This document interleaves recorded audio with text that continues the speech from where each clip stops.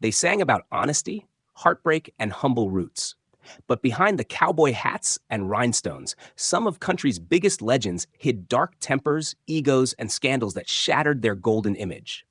These were the stars who burned every bridge in Nashville, betrayed friends, and let fame turn them into villains of their own stories. Today, we uncover and we have of the biggest douchebags in old country music history. Mort, Billy Sherrill.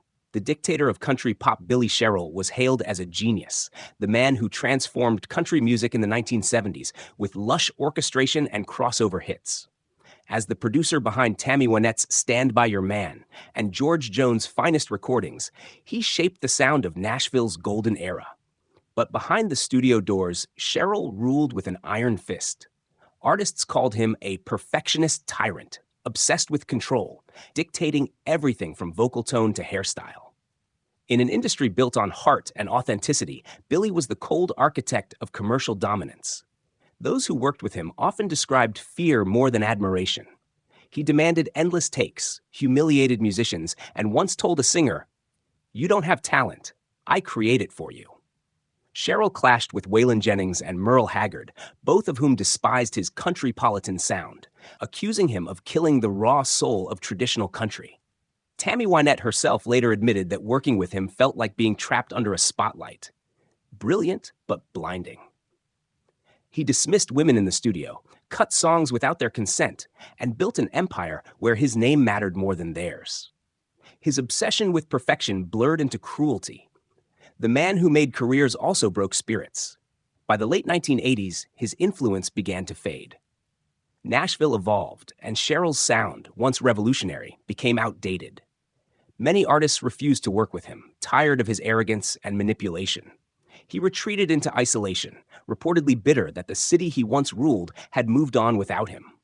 When he died in 2015, tributes poured in, but many insiders quietly remembered the fear he inspired. For all his brilliance, his legacy remained divided. A genius who made country music soar but crushed its freedom in the process. Even today, Billy Sherrill is remembered as both a visionary and a villain, the man who built the Nashville machine but drained its soul. His perfection made legends, yet his pride made enemies. In the end, no producer changed country music more or made more people hate him for it. Number 2. David Allan Coe, the outlaw who crossed every line. David Allan Coe's story reads like a Southern Gothic novel, full of rebellion, chaos, and self-destruction.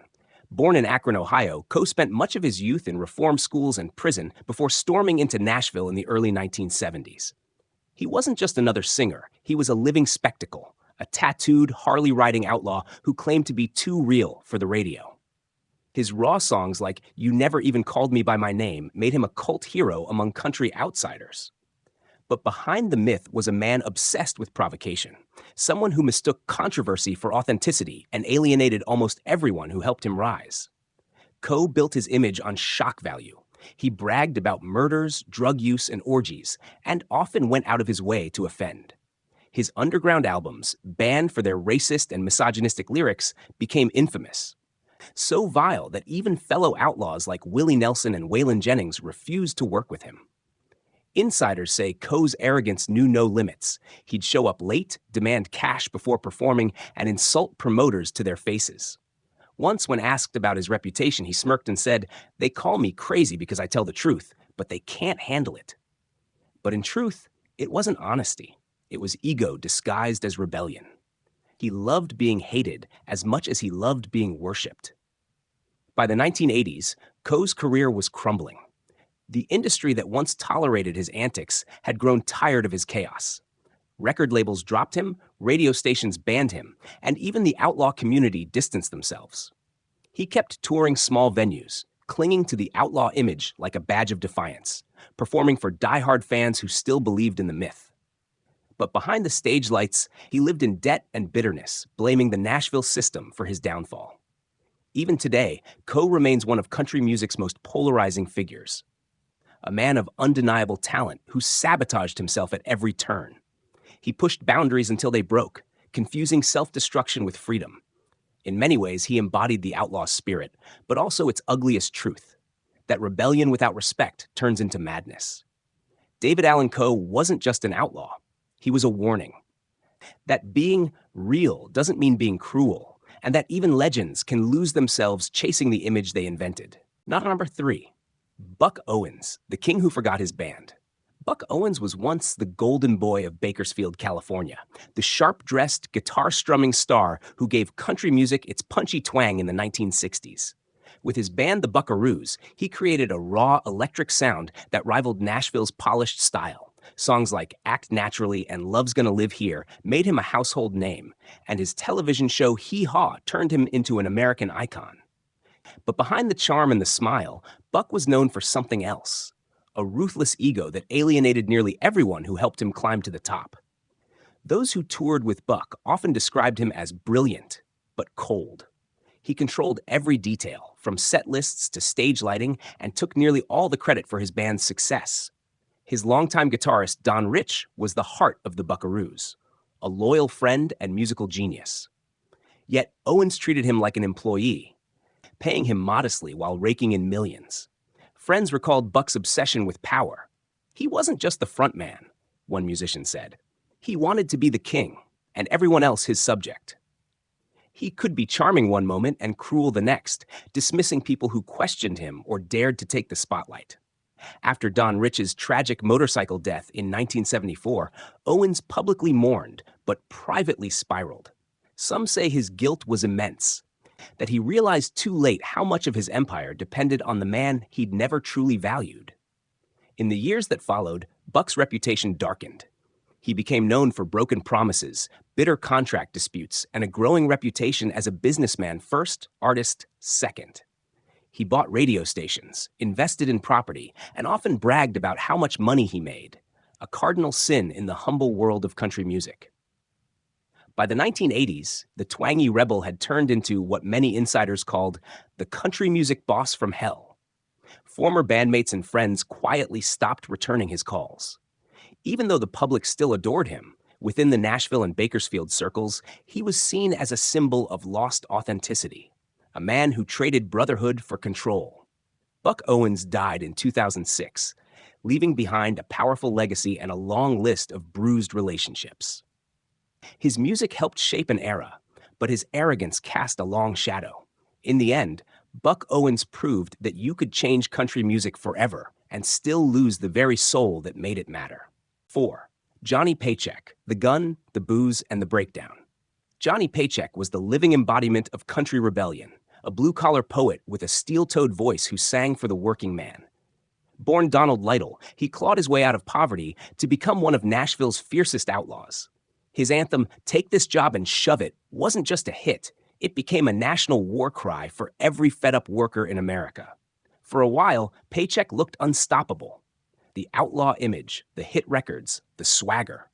But beneath the cowboy bravado was a man drowning in rage, addiction, and chaos, a ticking time bomb destined to explode. Behind the scenes, Paycheck was a nightmare to work with. He'd show up late or sometimes not at all. His bandmates feared his temper, and with good reason. When drunk or high, he was known to threaten crew members, trash hotel rooms, and vanish for days. He alienated nearly every label executive who believed in him, sabotaging tours with his unpredictable behavior. But his darkest moment came in 1985, when an argument in a bar spiraled into violence. Paycheck pulled a gun and shot a man in the head, a crime that sent him to prison and turned his outlaw legend into something far uglier. In interviews, he blamed fame, the system, even bad luck, never himself. "I was born to be wild," he once said. "I just didn't know when to quit." Prison nearly destroyed him. When he emerged years later, he was a ghost of his former self, broken, humbled, and heavily in debt. Friends like George Jones and Merle Haggard tried to help him make a comeback, but the fire was gone. He played small clubs, sometimes forgetting lyrics, sometimes drunk on stage. The audiences still loved the legend, but the man behind it was lost. In his final years, Paycheck's health collapsed and the royalties dried up. He died in 2003, broke and barely remembered by the industry that once hailed him as a hero. Johnny Paycheck's life was the ultimate country tragedy. A man who turned rebellion into destruction and authenticity into self-sabotage. His voice carried the pain of a generation, but his demons drowned out the music. He sang for the working class, But in the end, it was his own stubborn pride that took everything away. In Nashville, they still whisper his name, a warning that talent means nothing when anger takes the wheel. 5. Toby Keith, the patriot with an ego too big for Nashville. Toby Keith stormed into country music in the 1990s like a whirlwind, a loud, confident voice that demanded attention. His baritone drawl, brash lyrics, and blue-collar swagger made him one of the best-selling country stars of his era. Songs like Courtesy of the Red, White, and Blue and Beer for My Horses turned him into a patriotic icon, loved by millions who saw him as the voice of the working American. But behind the tough guy image and flag-waving anthems, Toby Keith carried something darker, an arrogance that divided Nashville, and a temper that left enemies in every corner of the business. Toby's rise wasn't just about talent, it was fueled by his relentless ego. He was known for belittling journalists, dismissing critics, and openly mocking artists he didn't respect. When the Dixie Chicks criticized the Iraq War, Toby responded by projecting a photoshopped image of Natalie Maines with Saddam Hussein at his concerts, turning political disagreement into public humiliation. He called out fellow artists like Chris Christopherson and Steve Earle, accusing them of being fake patriots, and once bragged, "I don't need Nashville. Nashville needs me." Insiders described him as impossible to manage, a man who demanded total control over every decision, from marketing to set design, and fired anyone who questioned him. As his fame peaked in the 2000s, Toby began believing his own myth. His concerts became political rallies, his interviews turned into rants. Critics accused him of exploiting patriotism for profit, using his songs to stoke anger instead of unity. Even within his fan base, some grew weary of his swagger and self-importance. When younger artists like Luke Bryan and Eric Church began to rise, Toby's bitterness showed. He mocked them publicly, claiming modern country had lost its backbone. But in truth, Nashville had moved on, leaving behind a man who couldn't evolve beyond his own image. By the 2010s, Toby Keith's dominance faded, and so did his charm. His name still carried weight, but his influence waned under a cloud of arrogance and controversy. Yet even as his relevance declined, he refused to back down, clinging to the same defiant bravado that once made him famous. Toby Keith was a powerhouse. No one can deny that. But power without humility always burns out. His music celebrated the pride of a nation, but his ego reminded everyone that sometimes the loudest patriot in the room is fighting his own war. 6. Hank Williams Jr., the rebel who couldn't control his rage. Hank Williams Jr. was born into legend, the son of the greatest country singer of all time. From the start, he lived under the crushing weight of his father's shadow. While Hank Sr. was the tortured poet of heartbreak, Hank Jr. wanted to be the rebel king, louder, angrier, and untamed. His voice thundered with Southern pride. His songs like Family Tradition and Whiskey Bent and Hellbound became outlaw anthems. But behind the rebel charm was a volatile man consumed by bitterness and ego. Hank Jr. didn't just sing about rebellion. He lived it, often recklessly, until it turned into self-destruction. Those who worked with him describe a man who was both magnetic and menacing. He demanded absolute loyalty, yet betrayed it easily. On tour, he was infamous for explosive temper tantrums, firing crew members on the spot, storming off stages mid-song, and berating anyone who disagreed with him. His drinking binges were legendary, and his political outbursts even more so. In one infamous 2011 interview, Hank compared President Obama to Adolf Hitler, a remark that got him banned from ESPN's Monday Night Football after decades as its signature voice. Instead of apologizing, he doubled down, calling his critics un-American cowards. To Hank Jr., every disagreement was a war, every slight a personal betrayal. He alienated peers, insulted journalists, and feuded with the industry that once idolized him. Even his family wasn't spared. Friends claimed he saw relationships as competitions. That being Hank Williams Jr. meant always proving he was tougher, meaner, and louder than everyone else. But behind that wall of arrogance was deep insecurity, the fear that no matter how famous he became, he'd always be compared to his father. The need to outshine that ghost drove him to extremes, and sometimes to cruelty. Despite all this, Hank Jr. remains a complex figure, both revered and reviled. His musical talent is undeniable, his influence on Southern rock and outlaw country immense. But so is the wreckage he left behind: burned bridges, broken friendships, and a reputation forever tied to controversy. He once said, "If you don't like me, that's your problem." But the truth is, it became his problem too, because arrogance built his throne, and rage nearly destroyed his kingdom. Hank Williams Jr. proved that rebellion can make legends, but without grace, it turns them into monsters of their own making. 7. Glen Campbell, the gentleman with a dark side. For millions of fans, Glen Campbell was the very picture of class, a smiling, smooth-voiced superstar whose hits like Rhinestone Cowboy and Gentle on My Mind defined the elegance of 1970s country pop. He hosted television shows, performed for presidents, and seemed to embody the American dream, a small-town boy who made it big through talent and charm. But behind that polished exterior was a man battling demons, ego, addiction, and rage that turned the gentleman of country music into one of Nashville's most complicated and controversial figures. Campbell's charisma made him a darling of both Hollywood and Nashville, but it also fed an arrogance that grew as fast as his fame.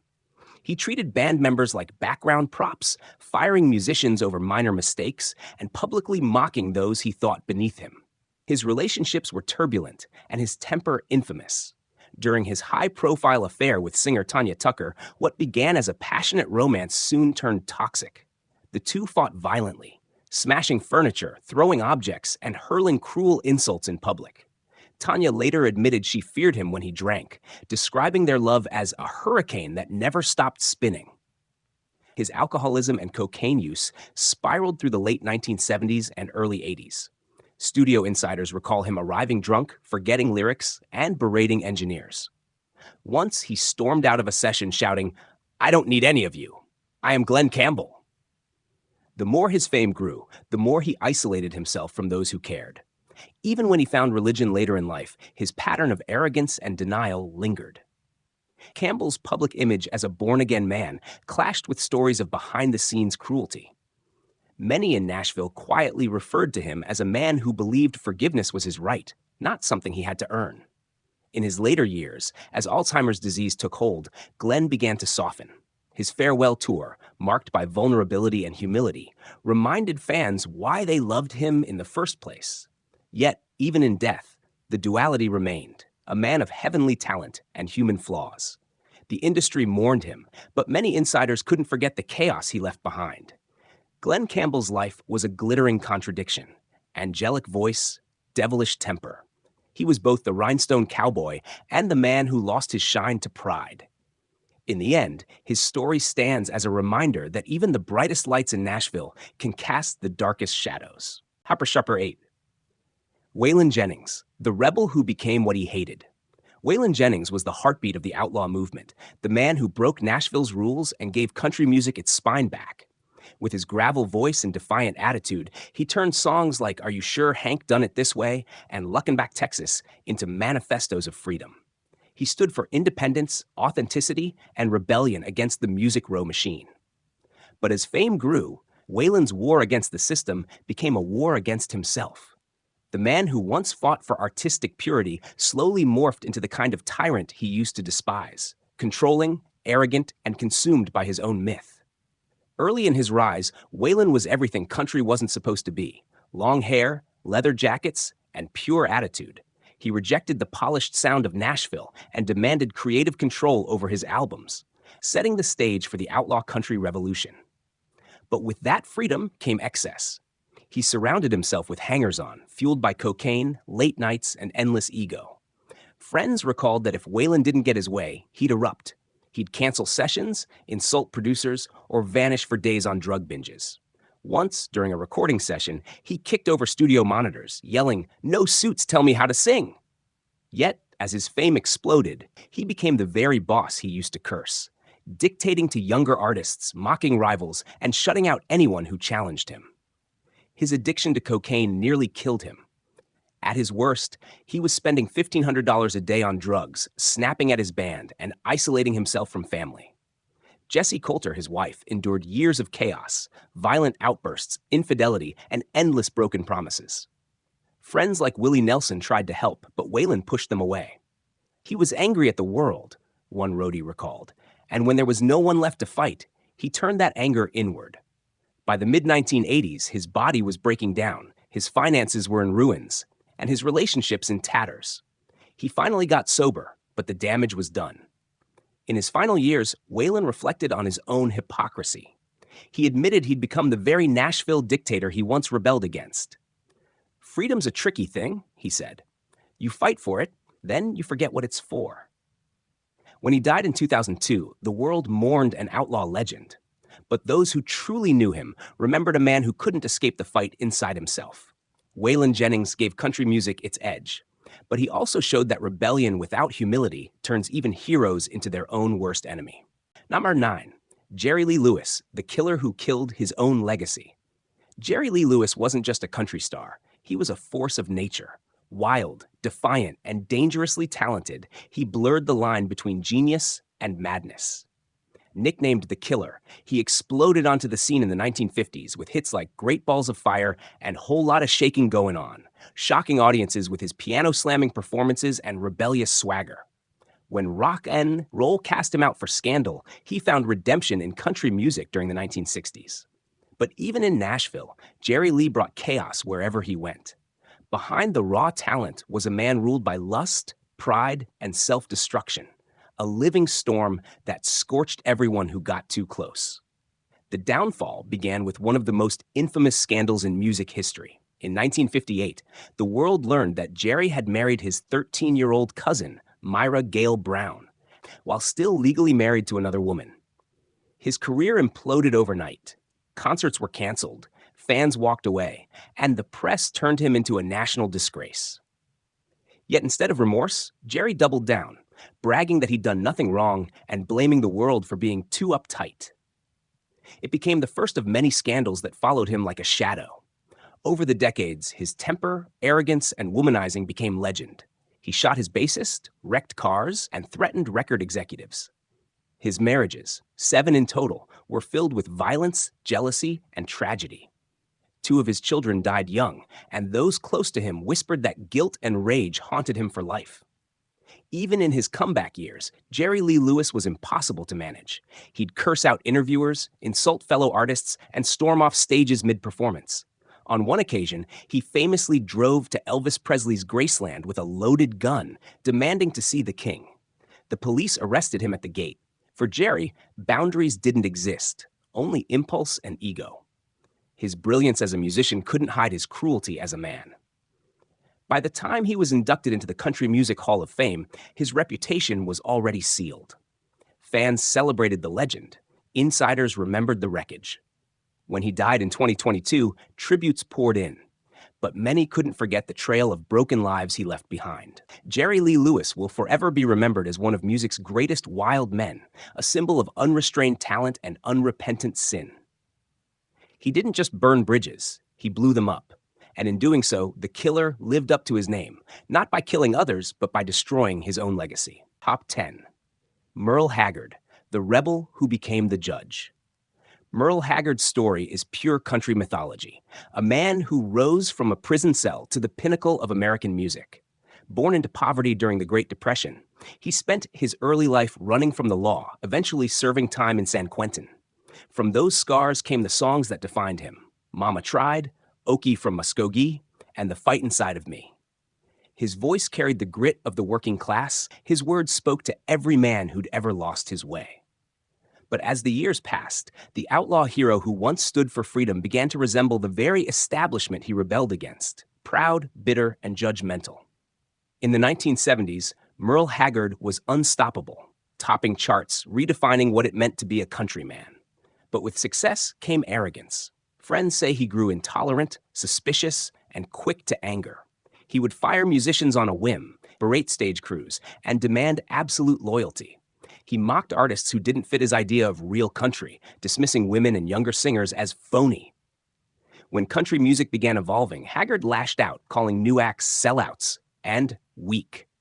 Ironically, he had once fought against the Nashville system for the same reason. The rebel had become the gatekeeper, guarding a purity that only he could define. His political transformation was equally jarring.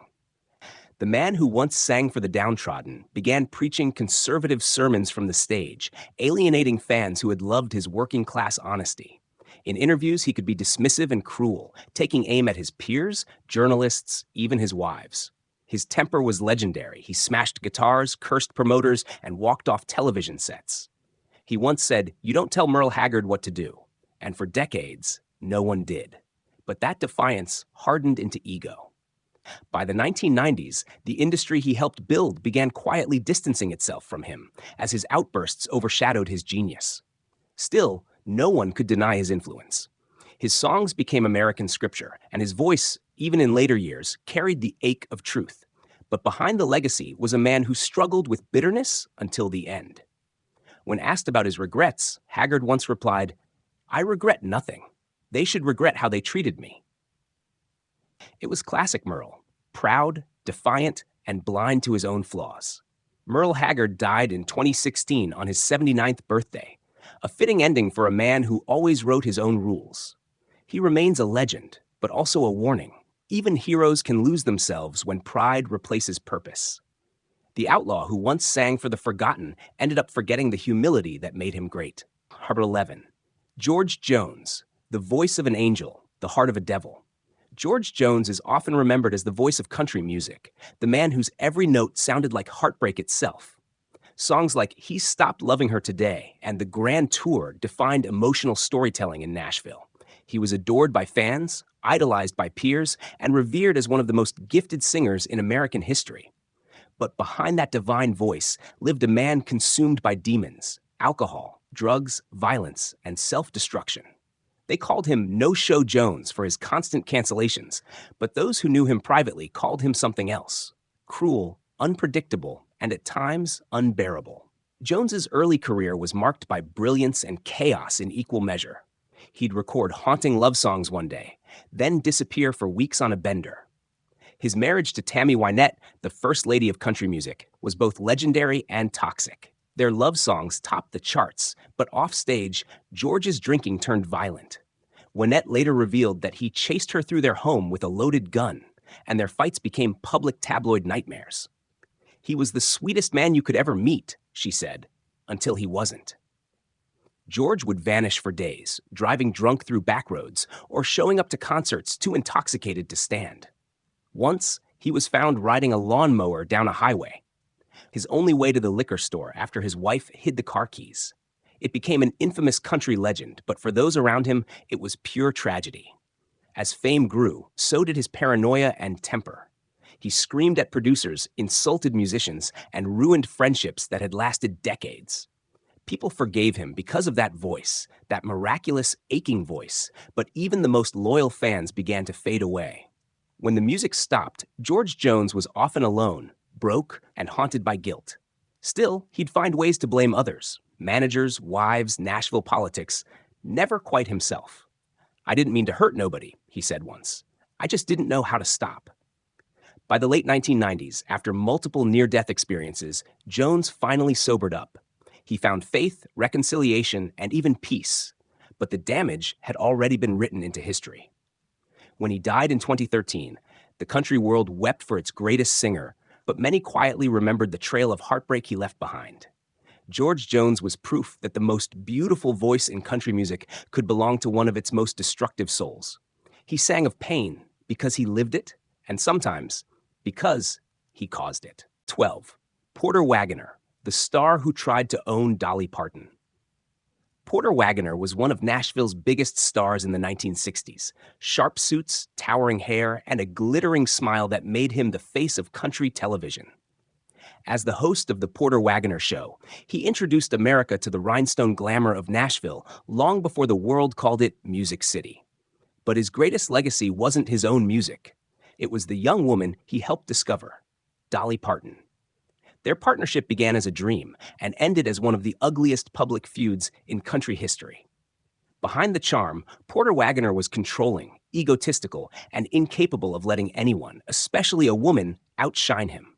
When Dolly joined his show in 1967, she was 21 and full of fire. Porter promised to mentor her, and for a few years, the duo was magic. Their duets topped charts, their chemistry captivated audiences, and Nashville crowned them royalty. But as Dolly's fame grew, Porter's insecurity turned poisonous. He demanded creative control over her songs, refused to give her equal billing, and took credit for her success. Off camera, he belittled her ambitions, mocking her dreams of going solo. When she finally decided to leave the show in 1974, he exploded, accusing her of betrayal and greed. Dolly, heartbroken, wrote, "I Will Always Love You" as her goodbye. The song became one of the most iconic farewells in music history, but for Porter, it was an open wound he never forgave. Wagoner retaliated by suing Dolly for $3 million, claiming she owed him a share of her future earnings. The lawsuit dragged through the press, painting him as the jealous mentor who couldn't handle a woman's independence. In interviews, he dismissed her as a pretty little girl who got lucky, while privately begging to reconcile. His pride and insecurity consumed him. He wanted recognition, not reconciliation. By the 1980s, Porter's career had faded, his fortune was gone, and Nashville had quietly moved on. Dolly, meanwhile, became a global icon, graciously paying his medical bills years later when he was broke. When Porter Wagoner died in 2007, Dolly stood at his funeral and wept, not for the man he became, but for the mentor he once was. Nashville mourned a legend, but the industry never forgot how his jealousy almost destroyed one of its brightest lights. Porter Wagoner's story is a haunting reminder of how ego can twist mentorship into control. He gave Dolly Parton her start and nearly ruined his own legacy trying to keep her from flying.